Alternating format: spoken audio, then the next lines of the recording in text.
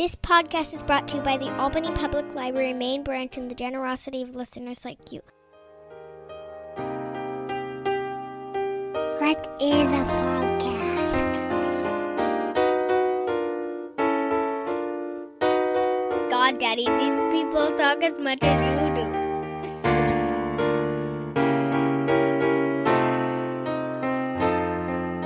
Razib Khan's Unsupervised Learning. Thanks for listening to the ungated version of the Unsupervised Learning podcast. If you want to read some essays on some of these topics, please check out razib.substack.com. Again, that's razib.substack.com. Thank you. Hey, everybody. This is Razib with the Unsupervised Learning podcast, and I'm here with a returning guest, Nemets of the eponymous Substack Nemets, who writes on various topics near and dear to a lot of the issues, concerns, curiosities of people who read this Substack, curiosities of mine. Has a slightly different emphasis, a little bit more heavy on the archaeology, I would say, which, I think I was telling you, sir, that I think one of the differences for me is like I'm just like sick of floor plans. I cannot. There's so many floor plans in archaeology books, and I don't want to look at floor plans, So I just like leave it to you, or go to ChatGPT, or now Gemini. By the way, everyone out there, Gemini is really fast. It's really good now. I'm thinking about switching. I have Pro on both, but just so people know. Anyway, we are going to talk about a post, story of the Slavs from the early Indo-Europeans to the Soviet Union. Periodically, you have these like massive post surveys that come out, and I like to talk about them because they're interesting. You've dug into the literature. It's kind of like a huge survey, but it's not like a book length, so it's doable in, I don't know, an afternoon, like reading an afternoon, like on a Sunday afternoon. We are recording on a Sunday afternoon right now, so really recommend it. Story of the Slavs from the early Indo-Europeans to the Soviet Union. It's on your Substack, Nemets, Nemets.substack.com. And, I'll put a link to it. You guys should, first of all, just read it. Maybe you should do it after, or maybe you should do it before. I don't know. I actually don't know what will be best. But, I did read it. There's a lot to go through. So I guess, first of all, Nemets, define what a Slav is so that people know. Let's define our terms. Slavs are the largest language family in Europe. Covers the Russian, Ukrainian, Belarusian, the East Slavs. Then you have the West Slavs, which are the Poles, the Czechs, and the Slovaks. And then there's the South Slavs, which is kind of the, kind of an arc from Slovenia through Croatia, Serbia, Bosnia, into Macedonia, and then Bulgaria. And those three groups, they speak a variety of languages, which are fairly closely related. I can speak Russian fairly well, and I can understand like half of Serbian and maybe like a third of Polish. So they all descend from a shared language that existed about 1,500 years ago. Wait. Okay, there's a surprise here. You said you can understand half of Serbian and a third of Polish, but I thought the South Slavs split off first. Yes. Compared to the West Slavs and East Slavs. Is that just like conservatism on the lexicon? I think the lexicon actually was simplified, or the grammar was simplified by the migration to the Balkans and kind of the collision with a lot of the pre-Slavic peoples there.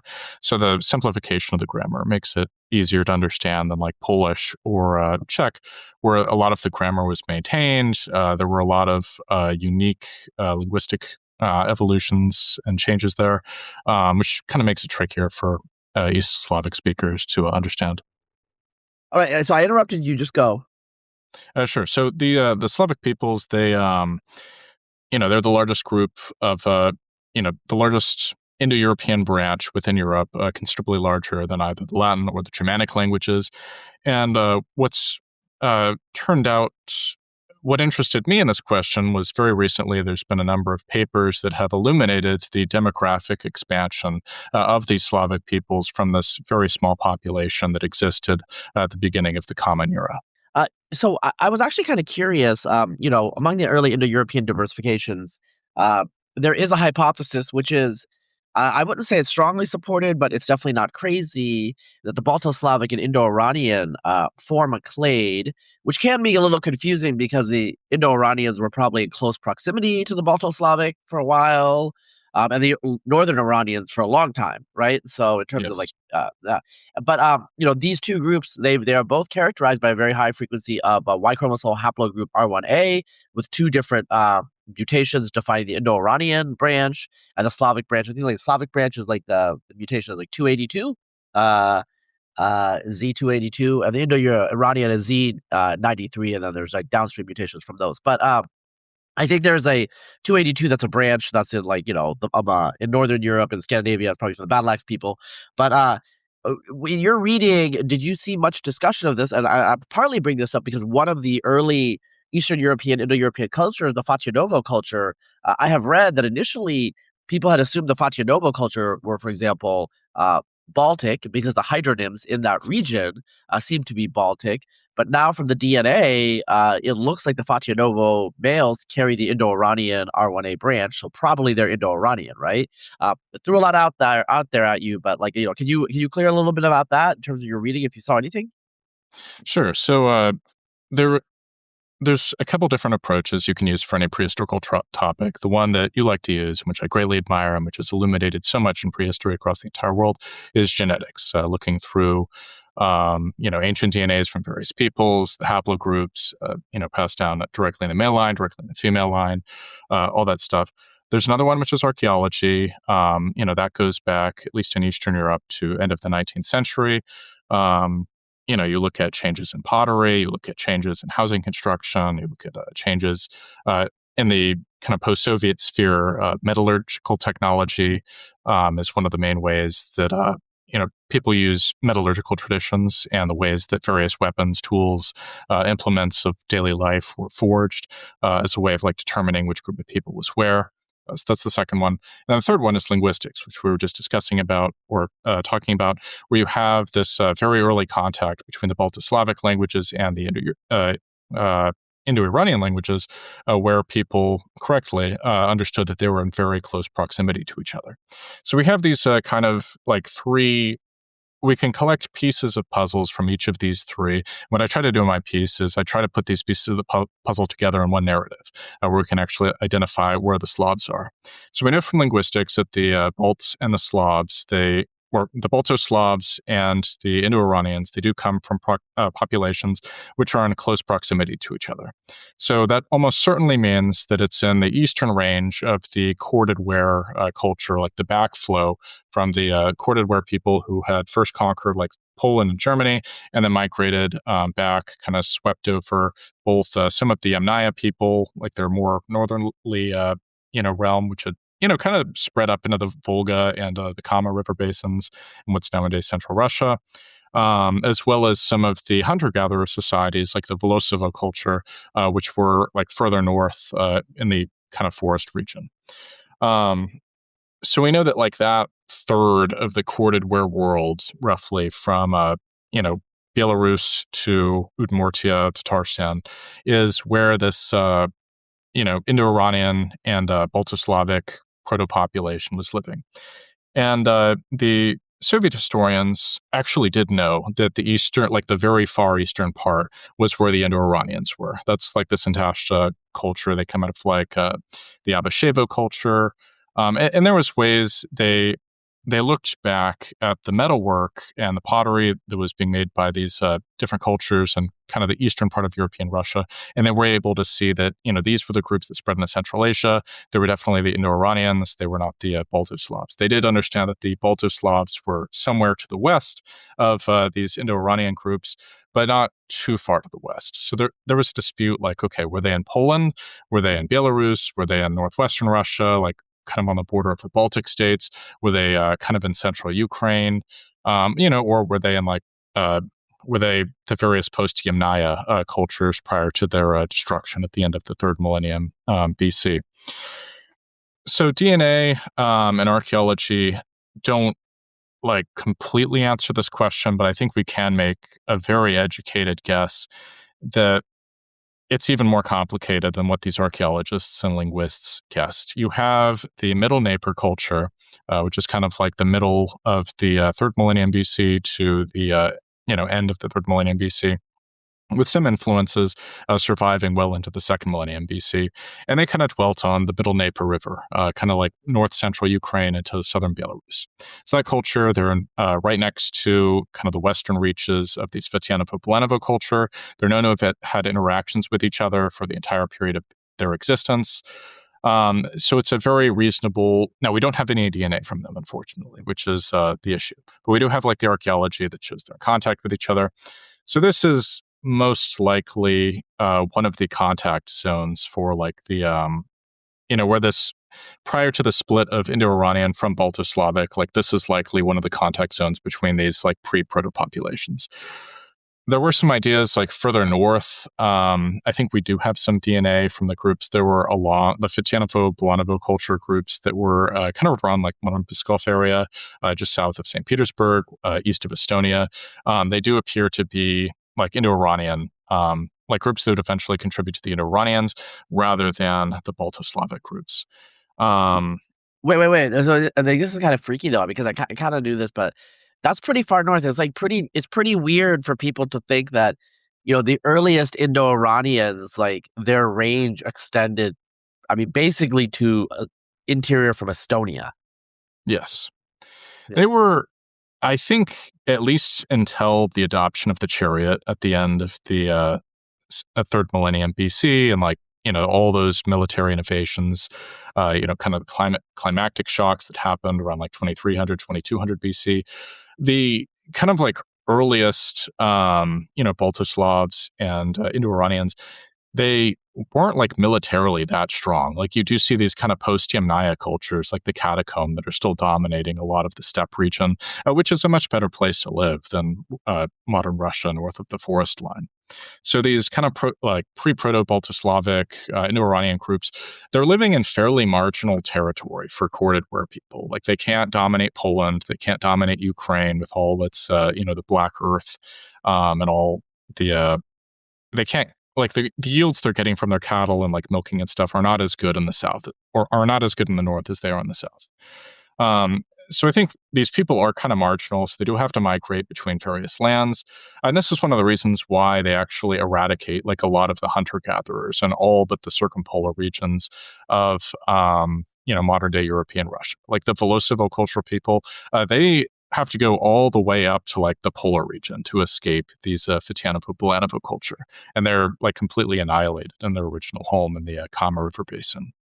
And I think that's just because these Sviatanovo-Polanovo culture people, they were like pushed out of these better lands and had to fight for these very marginal landscapes. This was not the case in the Baltic, like the East Baltic region, Estonia, Latvia, Lithuania, parts of northwestern Belarus, where you did see kind of this weird coexistence between the corded ware groups, not the Sviatanovo-Polanovo corded ware, but like different corded ware groups, like Ruchewo, which was more in like Kaliningrad, like northern Poland, western Lithuania area, where you actually have the coexistence of like these hunter-gatherer groups who had been living there for like 1,500 years or thereabouts, ever since they kind of displaced and mixed with the previous hunter-gatherer groups. It's not really until that big climate shock around 2300 to 2200 BC that you see like these old hunter-gatherer groups in the East Baltic finally get fully displaced by the Indo-Europeans. And even then, it's not like a full displacement. They do seem to have contributed like a decent amount of ancestry, maybe like, 5-15%, depending on what model you use, of these like Indo-European groups that exist in the Baltic around 2000 BC. And so, tell us like the situation in the broader Indo-European world around 2000 BC. I mean, this is like bell beakers are kind of over, almost. They're kind of over, but 2000 BC. And tell us where we are in terms of where the Indo-European languages, and then zoom back to the Protos. I don't know if I want to call them Proto-Slavs, but whatever, the pre-Slavs. Yes, the pre-Proto-Balto-Slavs. So the big shock in the Indo-European world, it's 3000, 2900 BC. That's when they do their massive invasion of Poland and Germany. They overrun the kind of early European farmers, the globular amphora culture, funnel beaker culture and stuff. There are some farmer groups that kind of endure places like Kuyavia, which is in kind of northeastern Poland, thereabouts. And then you have like the surviving Baltic hunter-gatherers that are hanging out in the Baltic that kind of like coexist with them. So 2500 BC, there's the introduction of the bell beaker culture. The Indo-Europeans, they like at least the Western branches, who are relatively more like early European farmer admixed than like these Fitianovo-Bulanovo culture people. They go and they adopt like this bell beaker cultural package, which boosts their population. They start having like more agriculture in their pastoral economic cultural package. They overrun Britain, largely annihilate the population. They have this kind of like waves of conquest into Spain. They start to like penetrate into parts of Italy. In the East, it doesn't really, like that 2500 BC expansion doesn't have too much of an effect. It's the 2200 BC shock where you have like this sudden cold shock. There's droughts everywhere. All these populations are displaced by changing ecological conditions. And you have, crucially, like the invention of the war chariot, which is what I think allows these Fitianovo-Bulanovo culture, these Abashevo culture people in like the Far East, they go and they start to like eliminate these post-Yamnaya culture people who hadn't really mixed with the farming populations, and it kind of dominated the Western steppe region. In the Baltic, this leads the hunter-gatherer population. They're finally absorbed at the time of this 2300 to 2200 BC climate shock. It's not totally certain what happened. I think what did happen, though, is you see there's a change in the salinity of the Baltic Sea and some of the rivers that feed into the Baltic. So you actually have, in the archaeological record, like the fish that the people are consuming along these rivers that feed into the Baltic actually change. Like they shift to a more like pastoral, like they shift to eating cattle more. The type of fish that they're eating changes in species. I think in my Germania piece, I linked a couple studies about it. So the big thing is these ecological shocks are driving these changes in the Indo-European world. And you have the Indo-European world expands, like it incorporates a lot of Italy, Spain, all of Western Europe, Northern Europe. And these post-Yamnaya cultures are largely displaced by these corded ware cultures in the East. So in the, and this is where you get the split between the Indo-Iranians proper and the like pre-Proto-Balto-Slavs. The Balto-Slavs at this point, you have really like two populations that I think predominantly like form the major part of their, or I guess I should say three. So there's the post-corded ware Indo-Europeans in the Baltic who have finally mixed with these hunter-gatherers, who have been fully absorbed into like the Indo-European world, and they're best represented by the Ruchewo culture and also by the North Belarusian culture, which the North Belarusian culture, as far as I can tell, there's like almost nothing on them in English. Almost everything is in Belarusian specifically. But fortunately, there's a very good book on them. It's a couple hundred pages long. I think it's ethnocultural. Let me look it up, actually. It is Ethnocultural Processes of Central Belarus in Past and Present. It is available on Google Books. There's some Russian PDF downloading sites you can find it on. But it has the discussion of like how these hunter-gatherers mixed with these Baltic, Indo-Europeans. They go and they're linked with this Ruchewo culture in northern Poland. And these cultures, they come in contact with these bell-beaker Indo-Europeans who are migrating from the west back east. They collide and they form a number of cultures in Poland around the Vistula River basin. That's kind of the main river in Poland. And they expand up the Vistula River into like modern day, like southeastern Poland, northwestern Ukraine. And they kind of like mix in with the people who are there. And that's actually, other than the, we know that like those people definitely have some sort of link to the Slav because those two populations that kind of descend from that mixed like bell-beaker, Netherlands, Indo-European group that migrated to the east and forms the Trusaniach culture.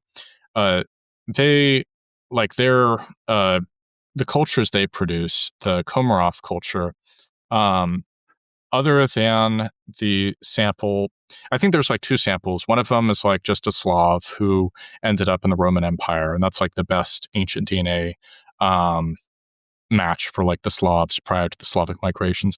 But besides that, the best three matches are Baltic Bronze Age, people. and then you have these two cultures in kind of northwestern Ukraine and southeastern Poland, which I'm almost certain contributed a lot of ancestry to these, the kind of the pre-Proto-Slavs.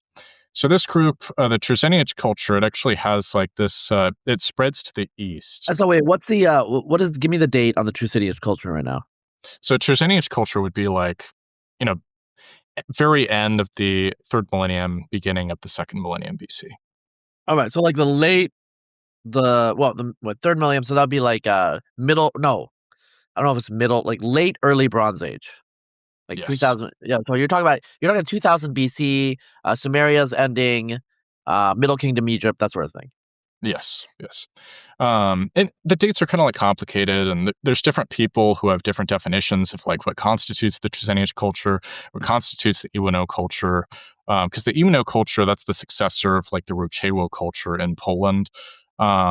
It's kind of like, it's the equivalent in Poland to what the North Belarusian culture is in Belarus and in Lithuania and Latvia.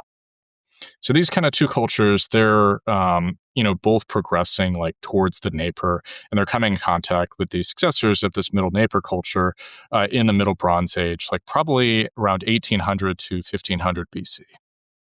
So this is when we have, I think, kind of the formation of this Proto-Balto-Slavic population. Just to be clear here, is the consensus now that Baltos? So there was a debate in the literature for a while whether Balto-Slavic is a genetic category where they're like the most recently split, or whether the Balts and the Slavs were adjacent for so long that they exchanged so many words and cultural motifs and forms that they just kind of got mushed together. Is the consensus now that Balto-Slavic is a natural clade, from what you can tell? I don't think there is a consensus. There's a lot of dispute over it. I personally lean towards it being, and my article kind of discusses this. There's like multiple waves. Like there's very clearly the Indo-Iranian influence, like very, very early on, with like the Indo-Iranian Balto-Slavic do share isoglosses with each other. So I think that's extremely old, and that's where you see like the context of Fatianovo-Blanovo culture with Baltic corded ware. And then you also see Fatianovo-Blanovo culture, and later like Srubnine stuff with, or not Srubnine, Fatianovo-Blanovo culture and Abyshevo culture with this Middle Dnieper culture. As the Middle Dnieper culture, I think like those people do contribute like a substantial amount of ancestry, not a majority, but like maybe like 20, 30%. Once we have some DNA, it'd be interesting to test. But they kind of come in a collision with the Trzeniec culture people and these North Belarusian culture people from like, at the beginning of the second millennium BC. So these Western and Northwestern populations from the Poland and Baltic, they're expanding towards the Dnieper River.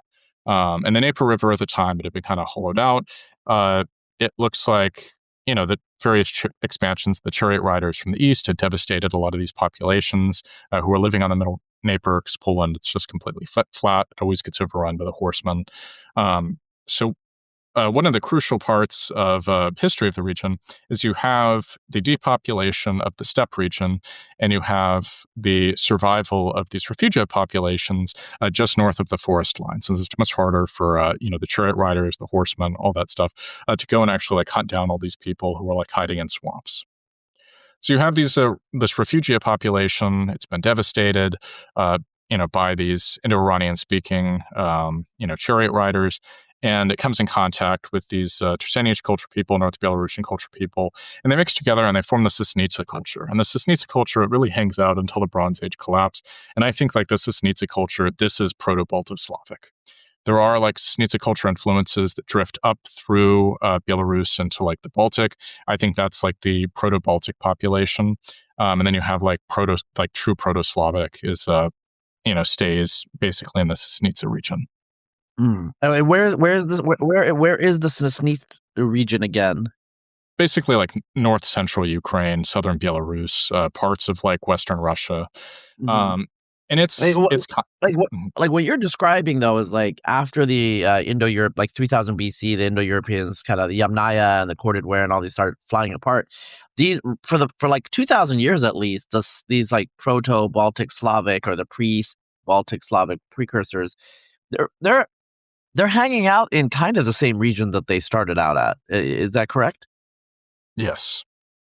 So it's kind All of, right, go on. Yeah. roughly Yeah. like the Vistula to the Dnieper is where Yeah. they're hanging out. Yeah. And the migrations are back and forth. Like sometimes there's northern migrations, sometimes there's southern migrations. But the main thing is there are these like refugia that I think and there's repeated expansions out of these refugia. The most crucial one being like southern Belarus and northern Ukraine, where you do have access to the rich soils along the Dnieper, but then also, and you're like close enough to the steppe where you can expand, and that gives you like a certain amount of like historical and demographic buffer for times of catastrophe. It's not like those culture people where they lost the Kama River and that was like the end for them. They had to eke out a surviving in the circumpolar Arctic after that.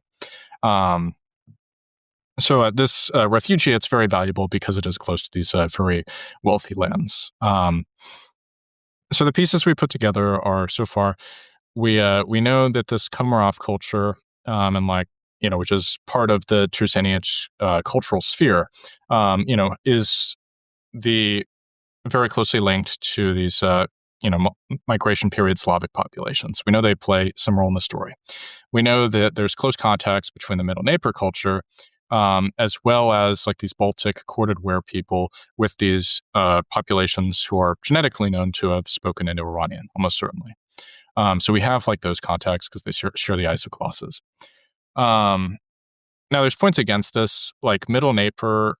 My strong suspicion is they're a minority component in this Proto-Slavic population because we don't see like a lot of the influences from like the non-corded ware Indo-European languages. Like we would expect to see like isoglosses from Albanian, from Greek, from Taharian, which we really don't see.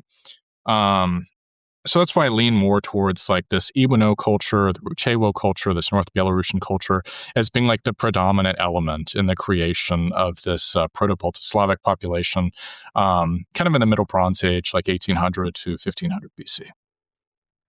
All right, so 1800, 1500 BC. So as Indo-Iranians are spreading south and eastward, you have these Balto-Slavic people that are separate from them predominantly. I mean, there's still some Indo-Iranians that are going to be Iranians mostly that are going to be in the area, but they're agropastoralists, right?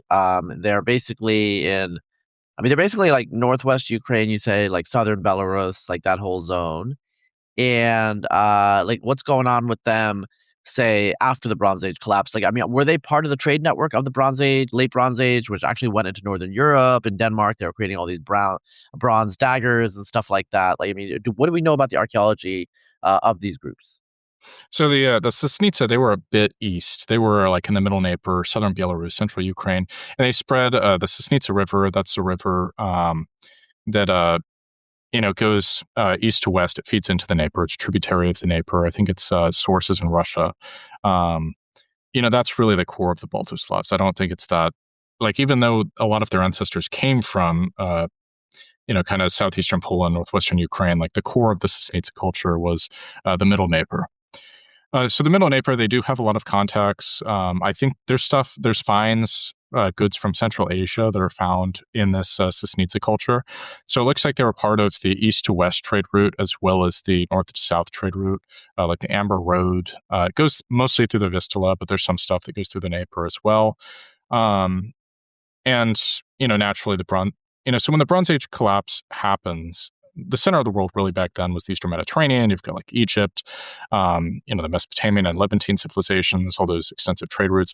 I think what all the studies from basically everything for the Bronze Age collapse have been suggesting is, one, you have like an ecological hit, which hits a lot of the Eastern Mediterranean and East Africa, but you also have the systems collapse where all of these different groups, they've gotten hooked on the advanced trade goods of these Eastern Mediterranean civilizations, which we do see in Sasnitsa culture and really a lot of like Northern Europe too.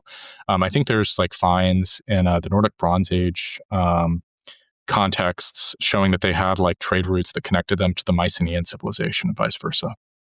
Okay, so they're part of that. All right, so at some point, Bronze Age collapse happens, and that kind of pulls the rug out of a lot of the broader trade networks that were sustaining archaeological civilizations that were kind of in the penumbra around these like early literate societies. So what's going on with these Proto-Baltic Slavs after 1000 BC, when at this point, after 1000 is also, I think, when we're probably getting the Germanic speaking populations pushing out of Scandinavia, probably starting to edge into northern Germany and stuff like that.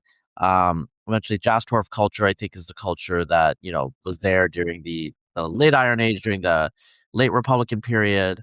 I mean, we're getting up to the point where you have like Herodotus and like classical commentators talking about various random people in Northern Europe, and some of them might be Finnic, some of them might be Slavic, and also it's not the point of your post, but this is also the period, late Bronze Age, early Iron Age, when the Finnic-speaking people are pushing out of the Northern Urals and kind of like sweeping across. Eventually, like the most common Y chromosomal lineage in modern day Lithuania and Latvia is N1C, or N3, whichever N3A, like whichever nomenclature. So you're starting to have the demographic impact of the Finnic people to the north, and you talk about this later in your post, but there's a huge Finnic zone that was Russified in the last 5 centuries, right? Basically the northeast quadrant of Europe. So like, tell us where we're at, like in the early Iron Age, like late Bronze Age. So 1200 BC, there's the massive Bronze Age collapse. The Sisnica culture, kind of the pre-Proto-Slavs at this point, because the Balts have, I think, largely split off. They're devastated too.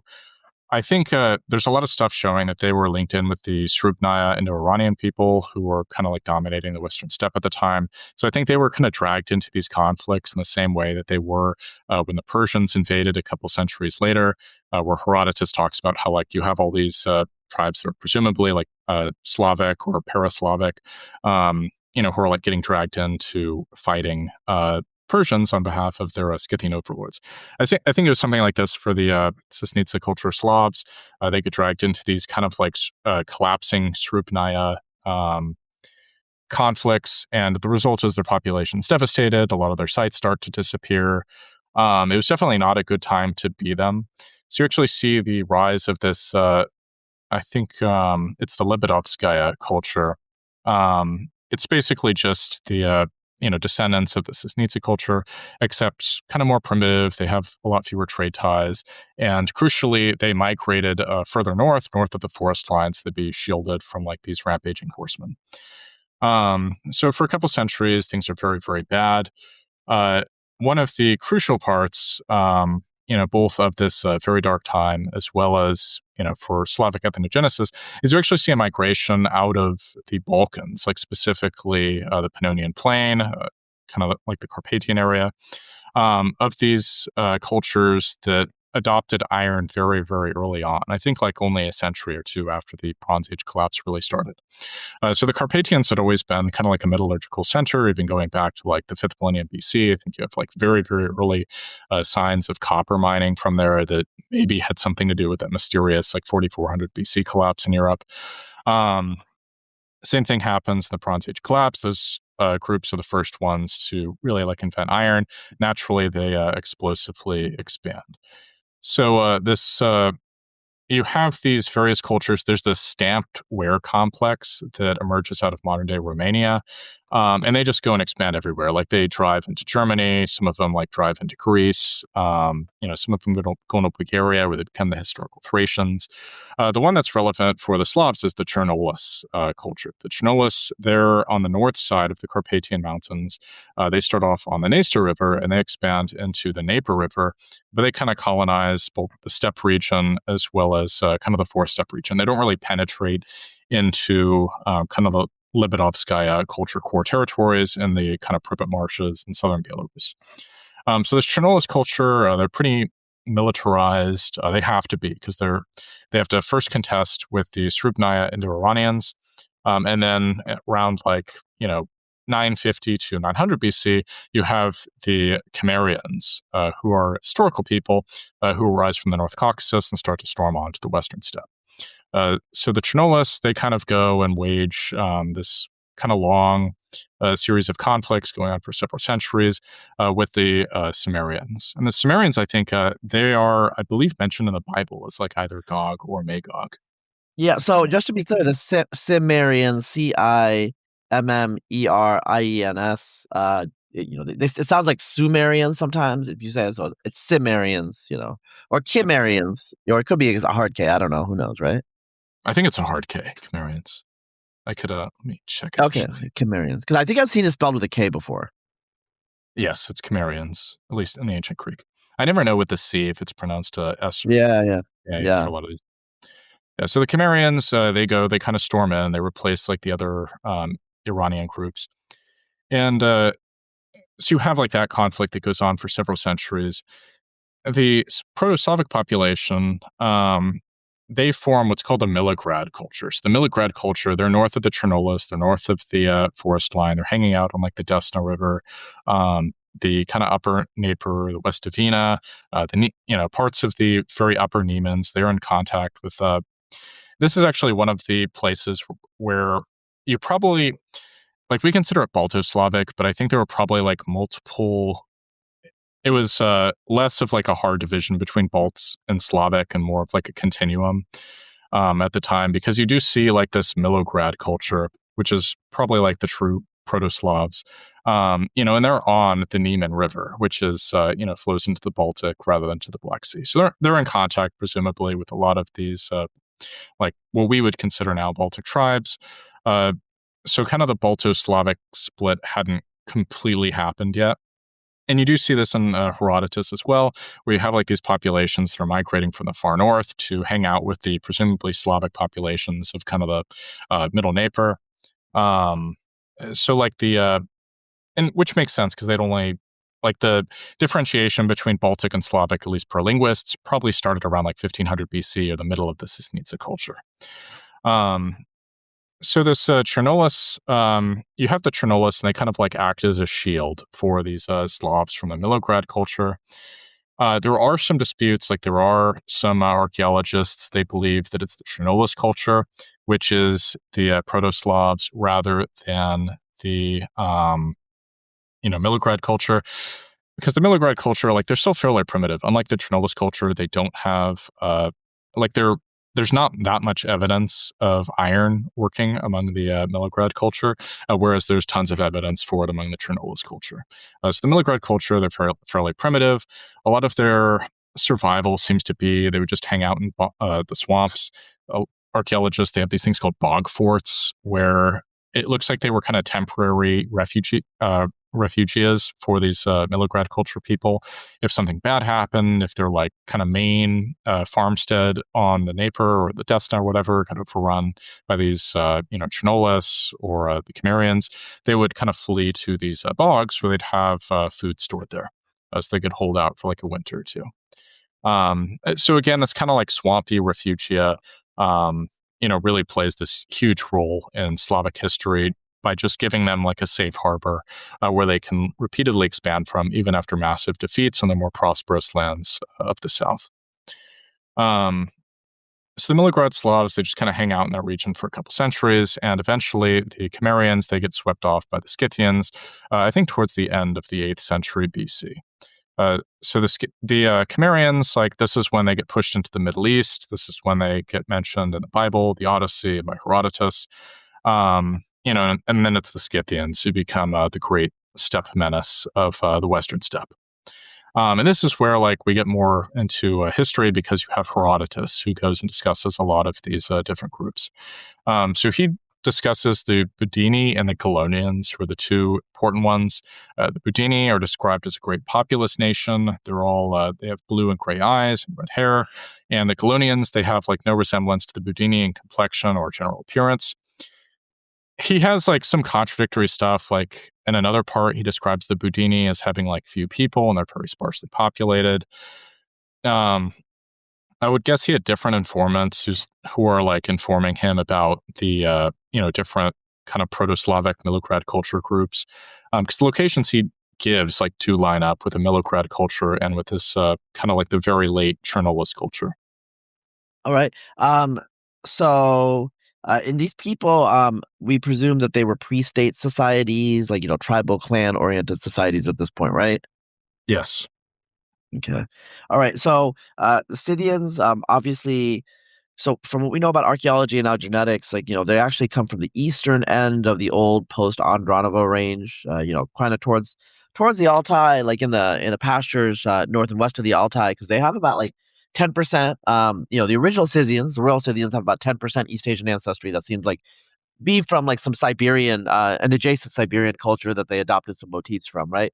And so they're pushing westward, eventually past the Urals. They go all the way to Hungary, and by the time they get to Hungary, they're assimilating a lot of different people, and they're people who are Scythian who are genetically just like other, people in Central Europe. But so setting that aside, this is kind of looming over these agropastoralists, these farmers, these proto-Slavic populations, right?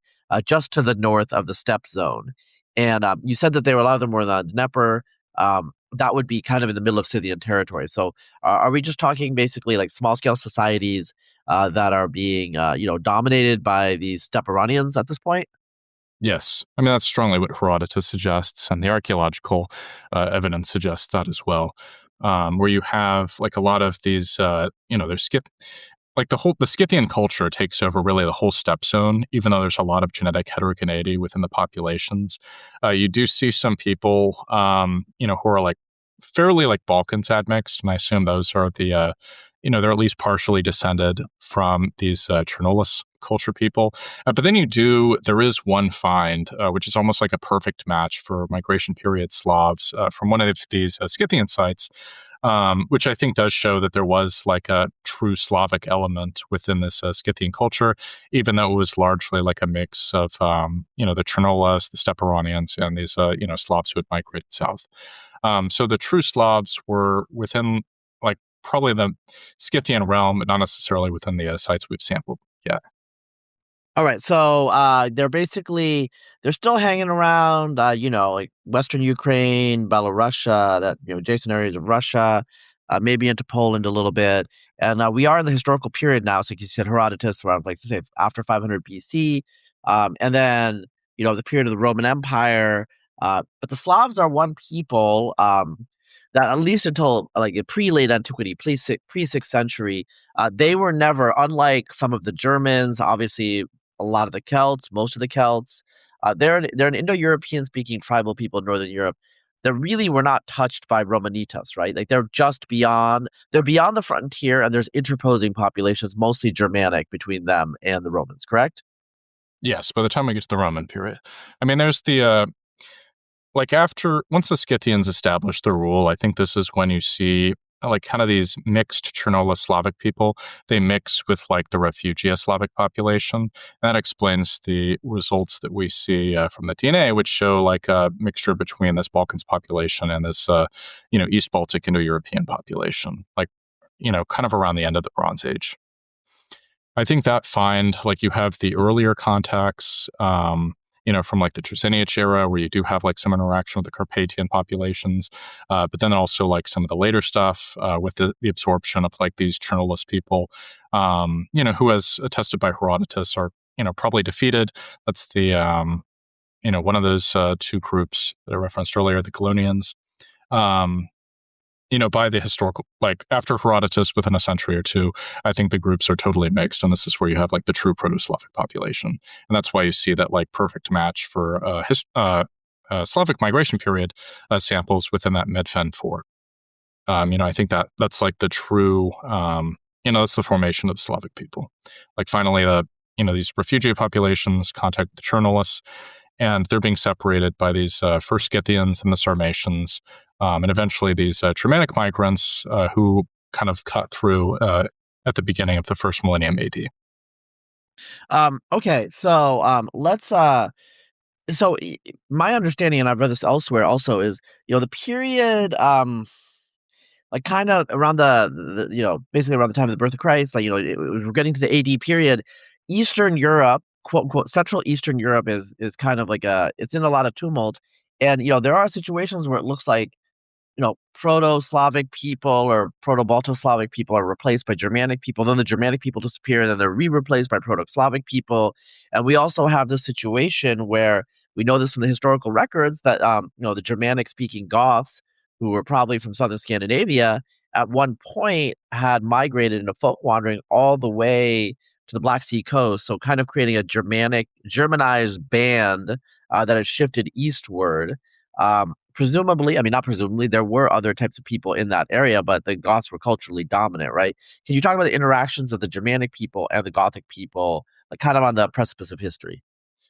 Sure. So the Germanic peoples, there's kind of these repeated migrations out of Scandinavia into continental Europe, probably beginning as early as the Nordic Bronze Age. There's probably some stuff around the time of the Bronze Age collapse, but it really starts, in the kind of in the middle of the first millennium BC.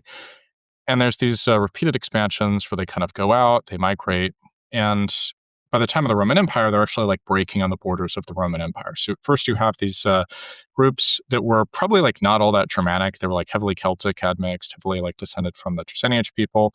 And this is where you get like kind of where Tacitus isn't sure if people are like Scythian or if they're German.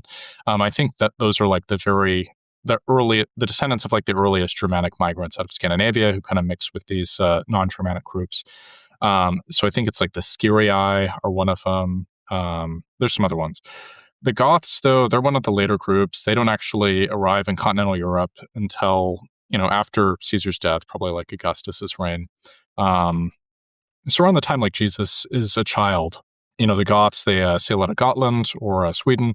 They invade the Vistula River, like modern-day central Poland, and they have this incredibly destructive invasion. It's I think the study I saw from a year ago, I think it came out in January, suggests something like 75% population displacement in Poland as a result of this wheelbark Gothic culture.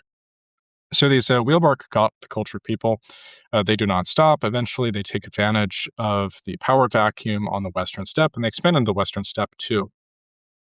This is where, again, we get into history a little bit. Jordanus, he discusses the formation of the Kingdom of Oyum. There are some discussions. Jordanus is the Gothic historian, just for people out there. East Roman historian of Gothic origin is the way I'm going to describe him. Yes.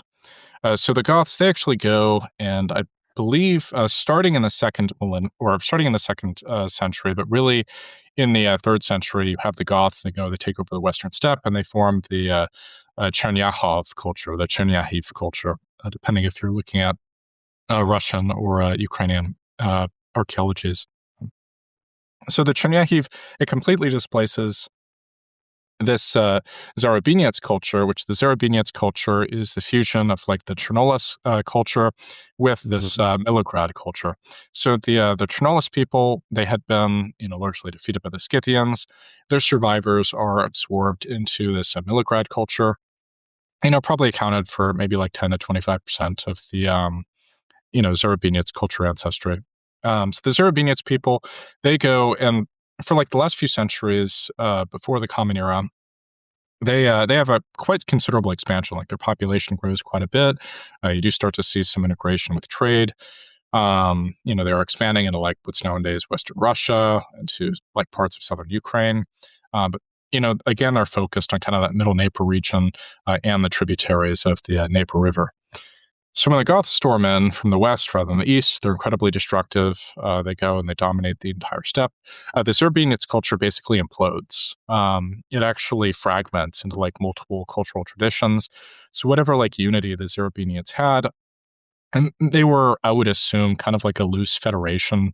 That's what Herodotus implies. There was some sort of like diplomatic back and forth between a lot of the different tribal chiefs. They did have like foreign rulers that would show up sometimes and kind of impose a somewhat unified cultural sphere that would enable them to not be destroying each other all the time.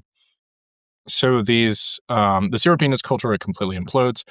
And you have these fragments that survive kind of on the fringes of the Dnieper, fringes of the Desna River, and of course in the Pripyat marshes as well. These fragments still cause the Goths a lot of problems. Jordanus mentions that just before the arrival of the Huns, the Goths from this kingdom of Oyum, they waged this extremely destructive war against these presumably Slavic populations to their northeast. And that's what weakens the Goths enough to allow for the Huns to kind of completely destroy them. So the Huns prior to the arrival of the Goths prior to the arrival of the Huns, they were actually expanding quite far. There are some Gothic finds as far east as the Kama River. Whether or not that means that there were actually like Gothic settlers or soldiers going that far, or whether it's just like diffusion from a trade network is uncertain. But they clearly were like expanding massively to the east at the time of the Hunnic arrival. So the Huns arrive and they start off the Great Wandering of Peoples, and this is kind of the thing that really gives the Slavs their nth Well, chance. yeah. Let me just jump in really. Just give me a break here.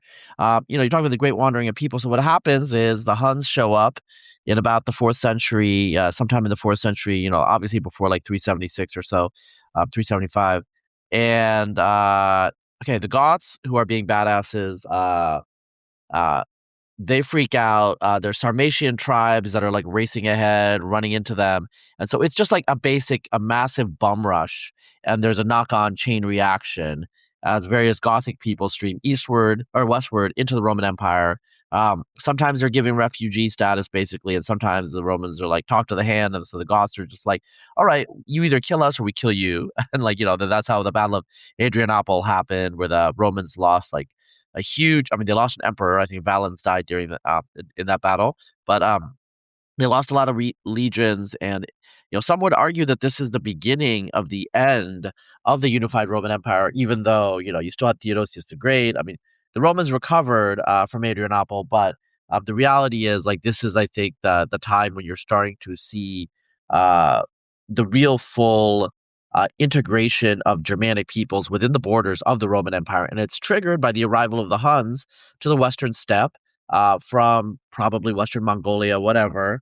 And the Slavs don't really play, to my knowledge, like a huge role at this stage. They're kind of like around as bystanders, presumably. Like it's mostly, Iranian peoples. It's mostly the Sarmatians at this point, Sarmatian tribes, Huns, and then you had a bunch of Germanic peoples, and you kind of had a coalition, kind of like a cosmopolitan horde, and it shows up in things like Wagner's Ring Cycle, where you have like Huns and Goths and all these different groups interacting with each other, right? But the Slavs don't play really that big of a role initially, from what I can tell. But I can let you elaborate on that. Yeah, that's very true. We have a bunch of burials from the migration period now. There are a handful that do suggest that they were Slavic. There's one, I think, in a Roman imperial context. I think he was a legionnaire from the 4th century. So there were some Slavs that were like drifting into the Roman Empire, signing up to join the border guards. I think there's 2 finds of Slavs in Iberia in a Visigothic or Vandal context. So at least some of them did accompany like the Eastern Germanic groups as they were migrating across Europe. I don't think it was like a full, there's no evidence to suggest at least that there was like, political movement. These were probably just like random Slavic subjects who had been recruited for the armies and decided to, drive west with the, rest of the people. You're completely correct. The Slavs themselves did not really play a role in this stage of the migration period. It would have to be a later period with the arrival of the Avars that they really start to play a role, in the affairs with the Romans. One thing that the Huns do set off like the series of conflicts in the 4th and 5th centuries, though, that does appear to have basically depopulated all of Eastern Germany and Poland. There's very few archaeological finds in any context in Eastern Germany and Poland for really most of the 5th and 6th centuries. And this is presumably when you have like these Slavs who had survived in the refugia within these swamps within Belarus that were, too impoverished, too difficult to conquer for these various, Huns and other nomadic tribes.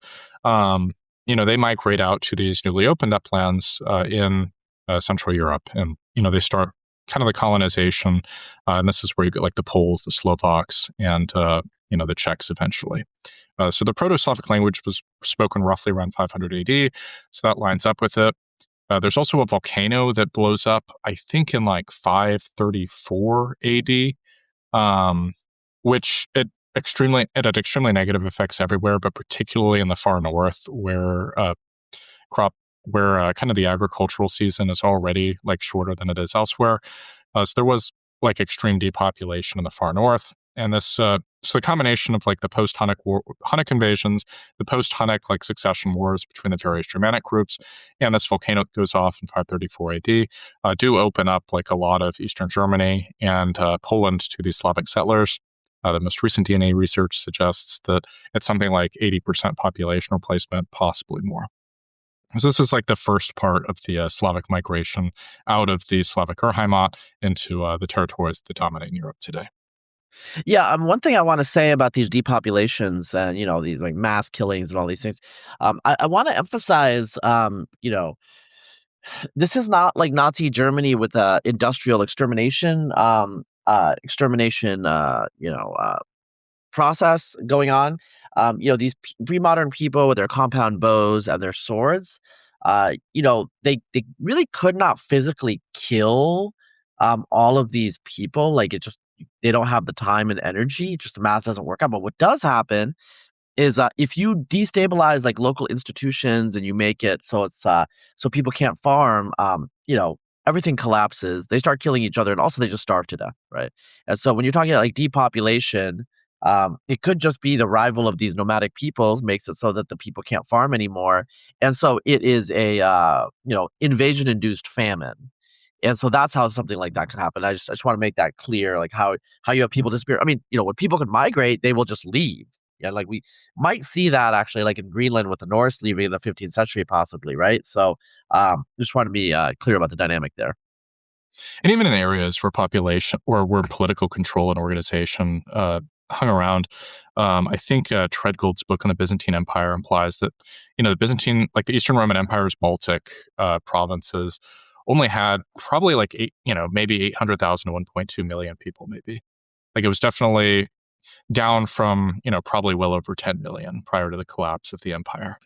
Yeah, everyone just disappeared. Okay, so I mean, at this stage, though, and I've written about this. I've actually been surprised as ancient DNA and modern DNA, as both have come online, that the extent of the Slavic migration in terms of demographics in the south for the South Slav for the Balkans, which you've just explained partly actually why that might be, but like even as far south as like Macedonia, people are still 30 to 40% at least exogenous.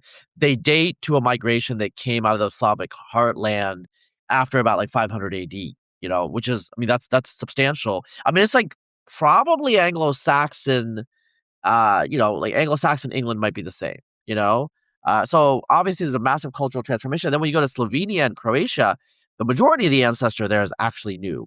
Only a minority of the ancestor dates to, the Illyrian people that were probably Latinized, and so you're having the Slavs who were not, they were not a notable state building people, with like big empires or anything like that.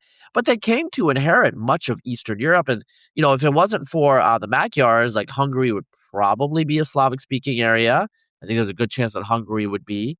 And then Romania is kind of the exception where you have Roman speaking, Roman language, Latin, post-Latin speaking populations becoming Romanians. There's some Vlachs and other groups. But can you talk a little bit about I don't know, what's going on in Eastern Europe after 500 AD? Because Eastern Europe, to some extent, is kind of synonymous in the modern mind with Slavs, but it was not like that at all during antiquity. No, you still had a lot of Germanic groups and even some Sarmatians that were wandering around. I think like Pannonia, modern-day Hungary, kind of northern Serbia, that area was dominated by Germanic tribes like the Heruli. There's all these different conflicts. Like I think the Gepids are another one of the big Germanic tribes in kind of that region from North Serbia to Eastern Austria to kind of all of Hungary. They're all fighting amongst each other. And you have these Slavic groups, the Sclavines and the Antes. They go and actually set themselves up on the Danube River. Like the Danube, it's a lot warmer, much better and advantageous in kind of the cooling climes of the middle of the first millennium AD. So they go and they start like waging a lot of wars. And they actually defeat like two entire Eastern Roman armies in 550. So their population grew quite substantially in that first half of the 6th century. They don't last forever, though. Like eventually, if the Avars, who they're derived from the Roran, who are related to the Shanbei people over in China, they go and they show up, I think, in the 560s. And they go and actually like take over a lot of these Slavic groups. They mobilize like these large Slavic armies. They devastate the Balkans in these horrible wars. And this is where you have kind of the first, or I think this is the second wave of.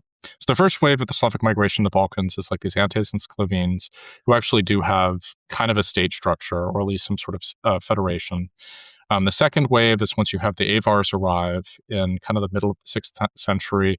They are demographically dominated by their Slavic subjects, even though they remain separate for a few generations. They waged a lot of wars against the Romans. They infamously besieged Constantinople, as well as Thessalonica, in kind of an alliance with these Sassanids in the early 7th century. And these groups, though, I think the issue is a lot of these groups that came from the East, when they try to settle down and like organize themselves, they cease to be like a nation and they became a ruling caste. And if your ruling caste is dedicated to war and you lose a few battles, or even like a lot of men to various wars, you're forced to rely like more and more upon your subjects. So you have to like incorporate different tribes into your empire, and that weakens it, since those new tribes don't necessarily have the same level of loyalty as your original like nomadic nation. The Romans, they had their ideology and religion, had this like extremely fundamentalist wave of Christianity that developed in the 7th and 8th centuries. The Avars really didn't have that, though, so they couldn't. Their realm could not endure the way that the Eastern Roman Empire could, or the caliphates could. This is when you see. Really, there's a lot of interesting conversions in like Islam and Christianity at this point, but it's probably better. Yeah. Well, okay. So I think one thing that I want to bring up here, and I want you to elaborate on, I think I read a book called The Coming of the Slavs, like about 20 years ago. It's mostly archaeology, based on literate texts. And it dates to after. I mean, really, I think the Slavs really like busted through the East Roman borders during what was it, like reign of it was after Justinian, but before Focus. Like it was like 580, 590, something like that. And so maybe was it Justin the Second? But in any case, so they show up, and you have these complex institutions and social systems, and Illyria, which the Slavs ended up taking over, was the military administrative heart of the empire for like a century and a half. Like most of the emperors had Illyrian background in some way. Like 90% of the period between like 12 or like 260 and I believe like 570 had some like Illyrian background. You know what I'm saying? Like Anastasia, there's a few exceptions like Anastasius, a few others. Okay, and this becomes totally Slavicized, right? The argument that I saw in Coming of the Slavs is, Slavs has small scale society which was robust and anti-fragile to the collapse of these like bigger institutional systems. So if you had like a remnant Roman peasant populations, they were actually culturally assimilated into the Slavic tribal confederations. Like, what do you think about that model? I think that's largely true. First, the depopulation caused by the wars, the climate shift. Two, you do have the Slavs. They're ecologically advantaged over the other groups. They can survive on small scales. They don't rely on They don't rely on large scale institutions to mediate their disputes as much as the Romans did. They're not as reliant on trade. Their economic methods require a lot less sophistication. It's very noticeable in pottery, for instance. The Slavs produced their own pottery, whereas the kind of Roman and post-Roman populations had to import their pottery. So you do see, like, the Slavs were much better adapted for this kind of like low-tech, decentralized dark age than the Roman and post-Roman populations were. So, but this is also kind of starting to be like on the precipice of the period where we see, Slavic-ish polities. And I want to like actually ask you about that. So a lot of these Slavic polities have I mean, I don't think the Polish case is true, although even the Poles like invent Scythian origins for themselves. A lot of them seem to have original, like the ruling lineage has a non-Slavic root. So, for example, the Russian case, or the Kievan Rus case, the ruling lineage is famously basically Swedish, and the kind of like post like Varangian adjacent, these Rurikids. But you had Bulgaria. The Bulgars were originally a Turkic-speaking people, right? They were like kind of part of the broader penumbra of the Avar Confederacy that came out of that.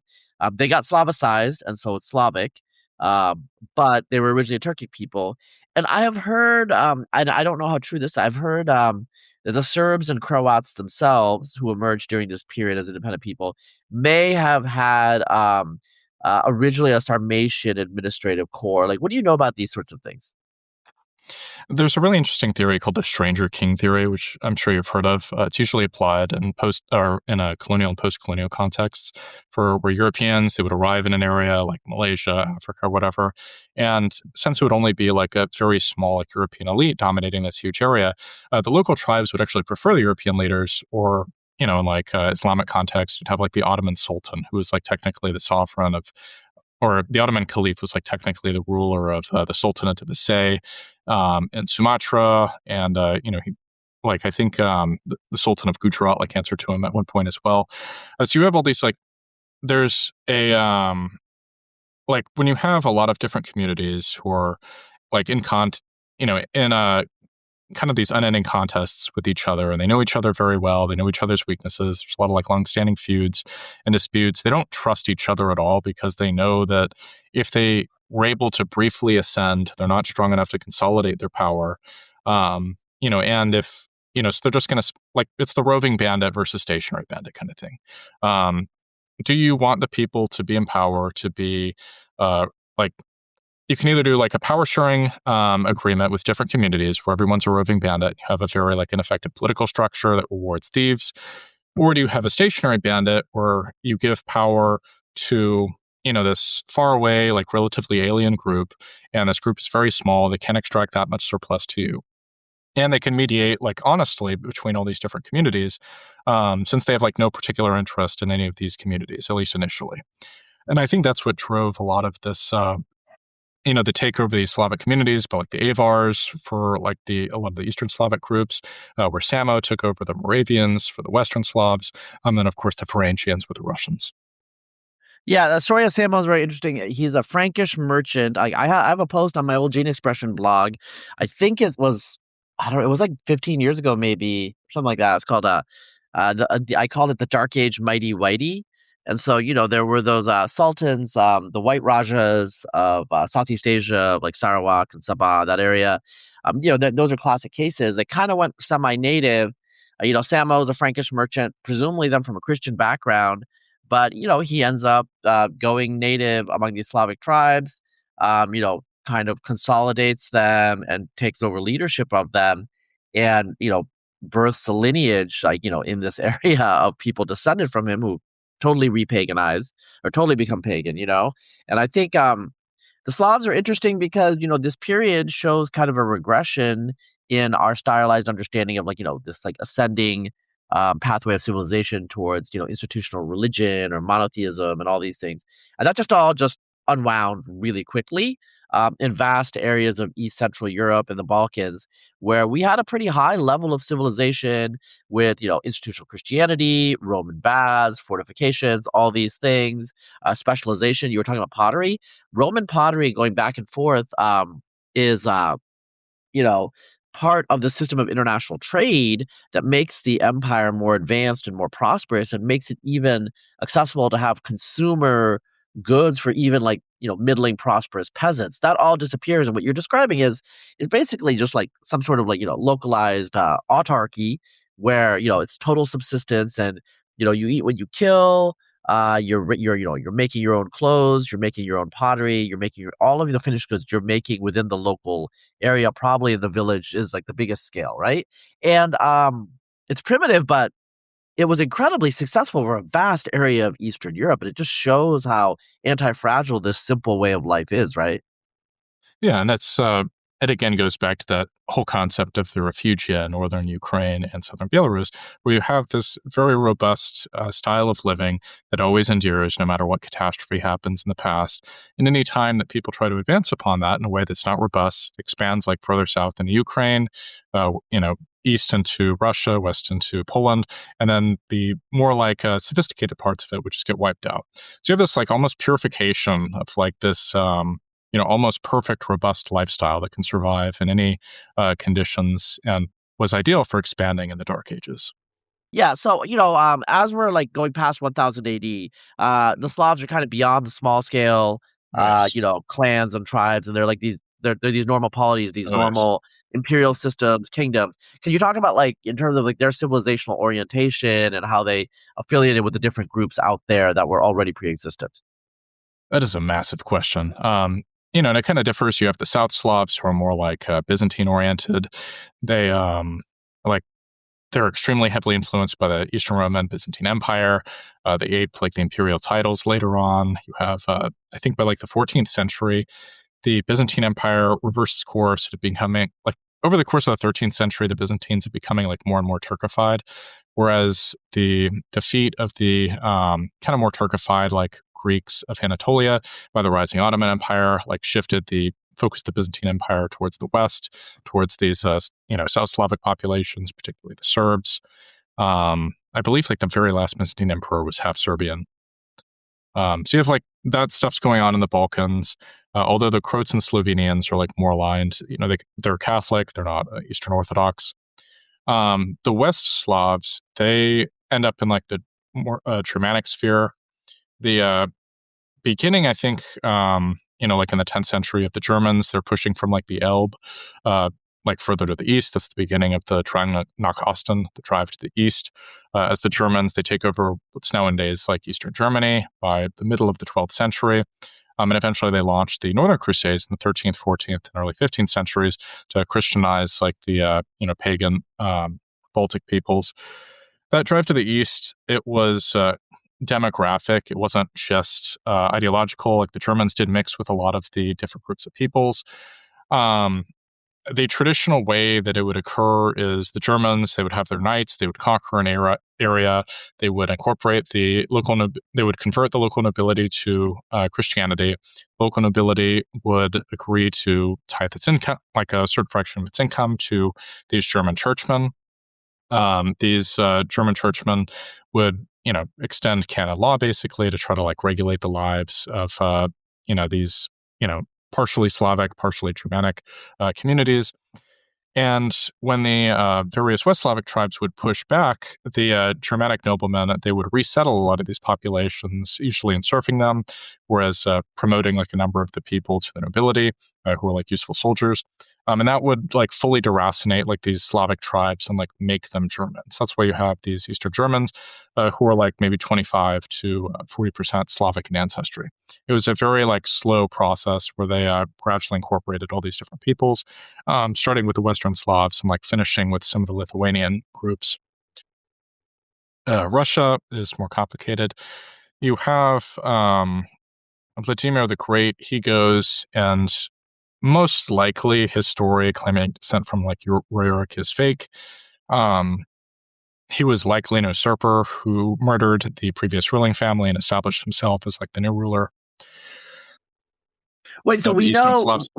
so we know the Rurikas have N1C, which is like usually Finnic.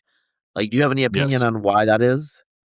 Yeah, I think Vladimir the Great was, he was a like Germanicized Finn, basically. Like his male lineage was probably like what's very noticeable in Baltic German history in particular is a lot of the Baltic Germans, like they have very little Germanic ancestry. It's the chiefs of the kind of like Estonian tribes, and they would convert to Christianity. They would learn German to communicate with the traders and like deal with the Germanic churchmen. And they would become German noble families in time. I think that's what happened for like the kind of the early Swedes as they were like settling Finland. They incorporated like a lot of these Finnic groups into their own society. It wasn't like a population displacement. So I think see. that's how Rurik, you have like this Finnic lineage. It becomes a Viking lineage, and eventually, they eventually becomes a Slavic lineage. And you Okay. see that, Okay. So yeah. and there's other stuff. That's the way it is initially, at least. That's why you see like the Rurikovici, their N1C. You see more generally, though, like the more diverse clades of N1C, or more diverse lineages of N1C in the Russian population. Because later in the Middle Ages, after the 13th century, after the Mongol conquests, the Mongols, they devastate these Finno-Ugrian and Turkic polities that are inhabiting like a lot of European Russia. And particularly the Mordvins, the Moksha, they're the main Mordvin group. They actually had a principality that was successfully resisting Russian expansion, and they were just completely devastated by the Mongols. Like their last great king, Puresh, he ended up serving with the Mongol invaders. Like I think he died in Poland, fighting against the Poles and their German allies at Liegnitz. So the Russians, they're finally able to like colonize a lot of these areas in the central Volga after the Mongols devastate a lot of these polities. Like the polities, whether the Hanat of Kazan or the various principalities, the Mordvins, the Mari chiefs, they're not able to organize as effectively as they had been prior to these Mongol expansions. So a lot Yeah. of these groups, they realize that the Russians are going to win. They see that there's like a constant stream of Russian, Rus, East Slavic, whatever you want to call them, like pirates that are attested in the chronicles. They're like sailing, down the Volga. They're settling on the tributaries. They're maintaining like a virtual independence from a lot of these like Finno-Ugric and Turkic leaders, and they're actually incorporated into these. It's very noticeable in the Slavic DNA paper, for instance, that a lot of like the Moksha, all these groups, they do have like noticeable Slavic ancestry, and it's from like these kind of early penetrations in the 13th century and the 14th century, following the Mongol conquest, where you do have like them kind of overrunning these groups. I guess like European ancestry and Paraguayans would be kind of a good New World example. This Slavic infiltration of these Finno-Ugric and Turkic societies in the Volga and the Kama, it presages like actual like a broader Russian political demographic expansion once the Grand Duchy of Moscow really firmly establishes itself. You have already like these people, they're part Russian, they're part like Finno-Ugrian. These Finno-Ugrians, a lot of them like start to learn Russian just so they can participate in trade routes, negotiate with like the various nobles and stuff. A lot of them like serve in the armies, and the Russians, they're actually very keen to win their support, so they actually extend like ranks of nobility onto, in some cases, entire tribes, just because all of the men of a certain tribe agreed to provide. Or agreed to join the Russian army and like return. It's one of the Mari tribes, for instance, they were just entirely ennobled, like as a collective, because they agreed to join as a whole Tsar Ivan IV the Terrible's campaign against the Hanat of Kazan. So these people, like over time, they're no longer Mari, like they've been fully absorbed into the Russian population. So that's how you get like all this Slavic. So these, like the early penetrations, I guess it's the simple way to put it. The early penetrations, I think, in like maybe the 12th, but definitely the 13th and 14th centuries, like these pirates, bandits, runaway serfs and stuff, into the Finno-Ugric and Turkic territories, partially Slavicized these Finno-Ugrian and Turkic populations. And then later, the Russian political structure fully Slavicizes and Russifies some not necessarily Slavicized Finno-Ugrian and Turkic populations by offering them a stake in the political structure of the Grand Duchy of Muscovy and eventually the Russian Empire. Well, I mean, so I guess one of the things that we've been going for a while now. So we start with this narrative that these Proto-Slavs, Proto-Baltic Slavs are kind of these people like smashed between other Indo-Europeans is a way that I can think of it, because you got the Indo-Iranians kind of south and the east, and the north and the west. You have the Proto-Germanics, and like presumably in the Balkans you have like Proto-Illyrian type peoples, and like these Slavs are this kind of like little black hole. Of like, they're not on the coastland, they're not on the open steppe, they're in these like forests or these swamps. And then kind of like the Anglos with the New World, these Russians, these East Slavs, but the West Slavs didn't do too shabby either, expanding into the Balkans and into, what is today a lot of Eastern Germany, where the Sorbs were, the Wends, like those West Slavs, that they really took advantage of an opportunity and like expanded like radically. I mean, even like setting aside the Siberian expansion of the Russians later on, they assimilated and intermixed with these Finnic groups. And so the zone of the world that are occupied by the Slavs blew up really quickly. And I think like people would be, if you talk to Herodotus, he'd probably be a little shocked. You know what I'm trying to say? Like the ethnographic map of the world was very different, and the Slavs were very, very constricted 2,500 years ago, right? Yes. I mean, a lot of it, again, was just ecological and agricultural, though. And Herodotus' time, cattle did not have adaptations for the far north. It was, a lot of the far northern peoples, like along the Kama River, they focused on pig farming rather than cattle ranching. So by, in the early Middle Ages, I think it's like the, 12th, 13th centuries, you actually do see like the Russians, they're deliberately breeding cattle to be like resistant to the far north. That's where you get they're starting to expand ranching like all the way as far north as like modern day Archangelsk area. Similarly, starting, I believe in like the 10th or 11th century, there's a new type of rye which is invented, and that's the main thing that allows the East Slavs to explosively expand and really demographically dominate a lot of what's nowadays European Russia. So like all of a sudden, you're the crops that the East Slavs are growing in like the Volga, the Oka, all these other river basins, the Dvina, it's much more resistant to the cold temperatures. Sometimes you can even like sow it, over the course of winter, and it'll like survive. So crop yields probably doubled, over the course of a century, and naturally that enabled a massive population expansion. That's why you see like the drive all the way to Nizhny Novgorod.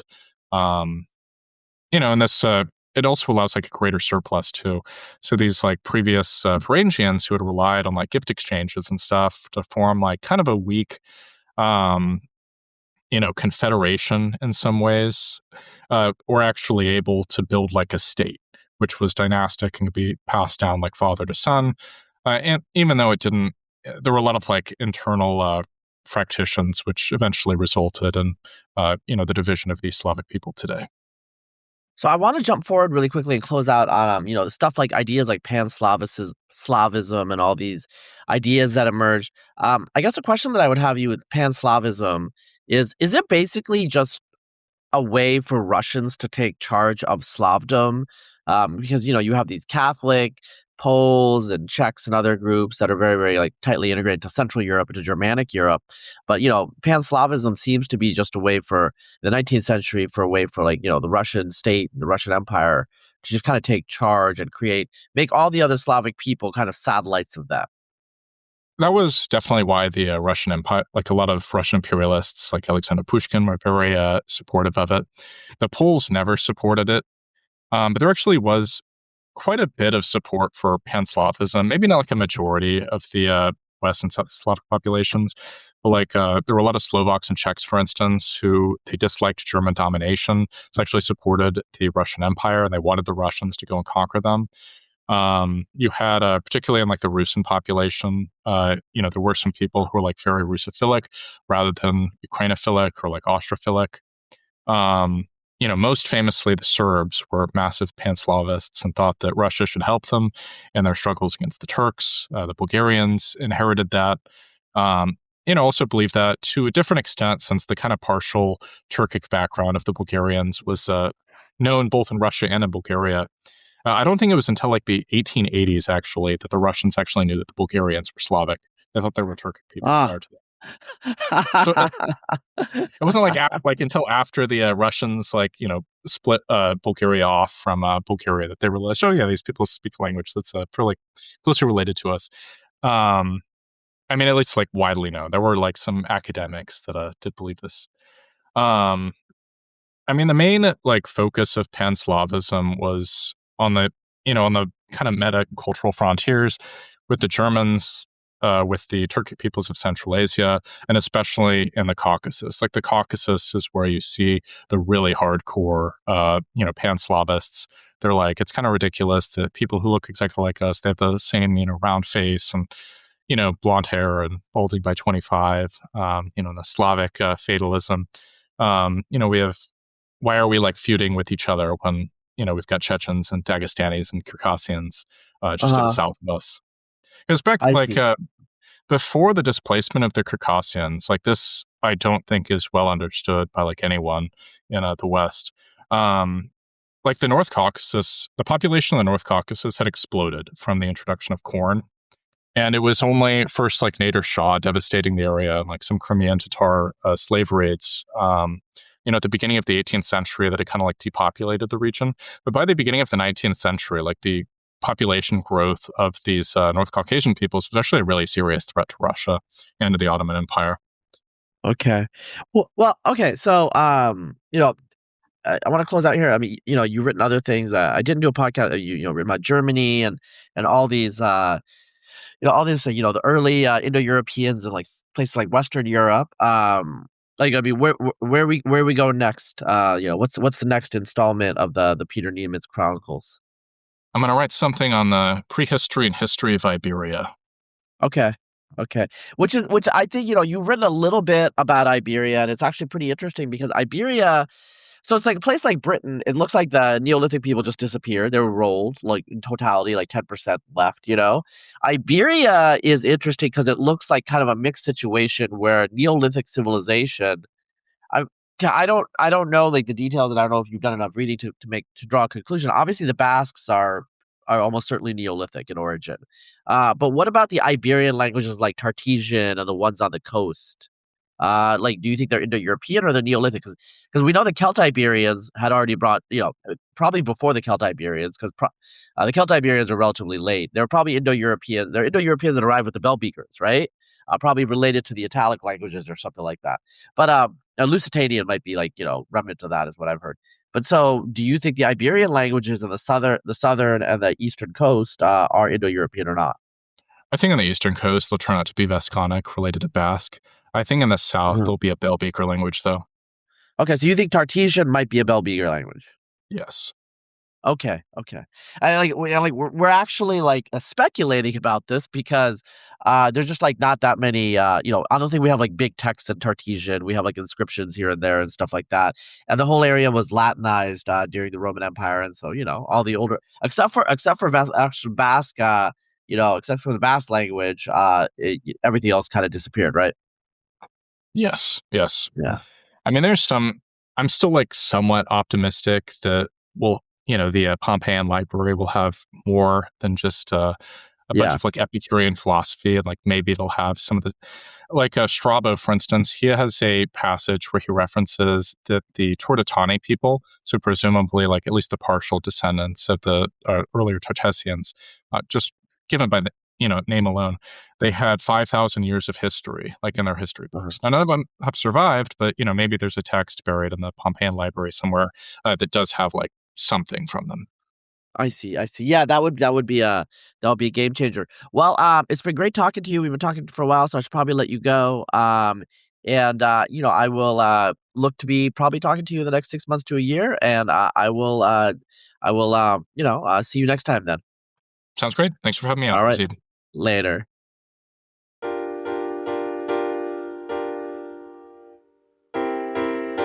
This podcast for kids